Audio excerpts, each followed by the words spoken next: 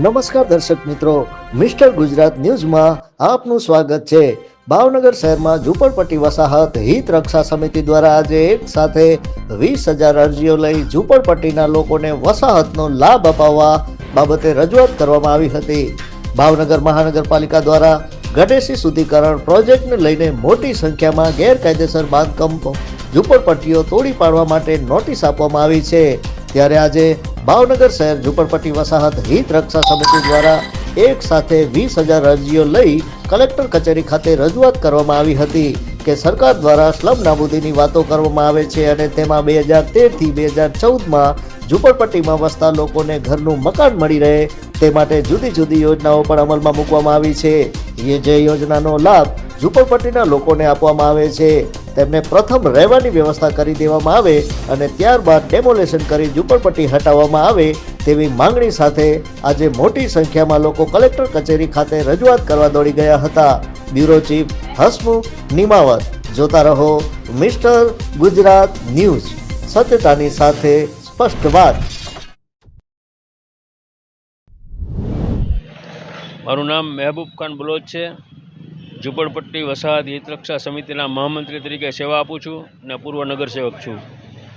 હમણે ભાવનગર મહાનગરપાલિકા દ્વારા ગઢેચી શુદ્ધિકરણના નામે 70,000 કરોડના ખર્ચે જે પ્રોજેક્ટ બહાર પાડવામાં આવ્યો છે એ પ્રોજેક્ટ વિકાસનો પ્રોજેક્ટ નથી, પણ ભાવનગર શહેરના 800 ગરીબ ઝૂંપડાવાસીઓનો વિનાશનો પ્રોજેક્ટ છે।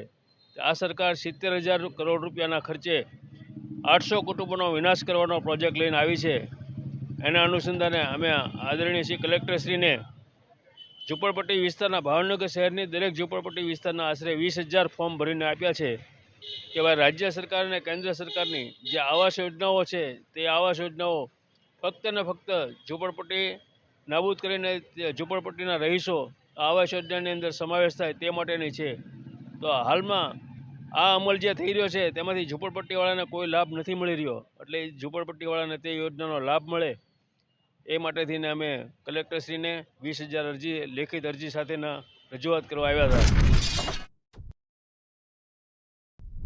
હિત સમિતિના પ્રમુખ જયદીપસિંહ ગોહિલ આજ રોજ અમે કલેક્ટરશ્રીને 20,000 ફોર્મ ભરી આવાસ યોજનાના ગરીબો માટેની આવાસ યોજના છે એમાં 20,000 ગરીબોના ફોર્મ ભરીને આજે અમે કલેક્ટરશ્રીને રજૂઆત કરવા આવ્યા છીએ કે તમે ડિમોલેશન કરો છો ગઢેસી નદીથી માંડીને મોતી તળાવ સુધી, તો આજે એટલા જો ગરીબો ઘર વંચિત હોય અને આ યોજના માત્ર ગરીબો લક્ષિત છે, ઝૂંપડપટ્ટી લક્ષિત છે, તો આજ સુધીમાં ગરીબોને તો ઘર મળ્યા જ નથી, પણ જે ઘર મળ્યા છે એ એક વ્યક્તિને 5-5, 6-6 મકાનો છે અને ગરીબો હાવ વંચિત છે। તો આજે ડિમોલેશન કરો છો તમે ગઢેસી નદીનું, તો આ વિસ્તારના દરેક ઝૂંપડપટ્ટી વિસ્તારના જે ડિમોલેશન કરો તેને ત્યાં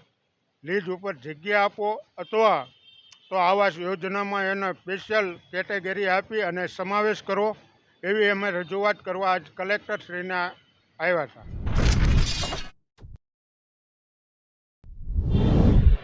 એડવોકેટ અમે આજે રોજ આ ઝૂંપડપટ્ટી સેલ તરફથી માનનીય શ્રી કલેક્ટર સાહેબ અને કમિશનર સાહેબને આવેદનપત્ર આપવા આવે છે। આખી સમગ્ર ભાવનગરમાં જે ઝૂંપડપટ્ટીઓ છે લગભગ 20,000ની આસપાસ અરજદારો જે અહીંયા અરજી કરી છે તે લોકોને વડાપ્રધાન યોજના હેઠળ અને મુખ્યમંત્રી યોજના હેઠળ આવાસ ફાળવવામાં આવે, જેથી અને જે અત્યારે જે હાલનો પ્રશ્ન ચાલી રહ્યો છે જે કાંઠાના ગઢેચી શુદ્ધિકરણના નામે જે કાંઠામાં હાલે છે 2,000 માણસોને જે નોટિસ આપી છે, આ લોકોને સૌથી પહેલાં એના વિકલ્પ રૂપે પહેલાં એને મકાન આપવામાં આવે જે આ યોજના જે છે વડાપ્રધાનની એમાં, અને ત્યારબાદ આગળની કાર્યવાહી કરવામાં આવે એવી માટે અમે ધારદાર રજૂઆત કરી છે। અને સરકારશ્રીને અમને નમ્ર વિનંતી છે કે આ જે 2,000 કુટુંબો છે એને સર્વપ્રથમ એને ઘરનું ઘર મળે અને પછી આગળની શુદ્ધિકરણનું કામ ચાલે, એટલા માટે અમે રજૂઆત કરવા આવ્યા હતા।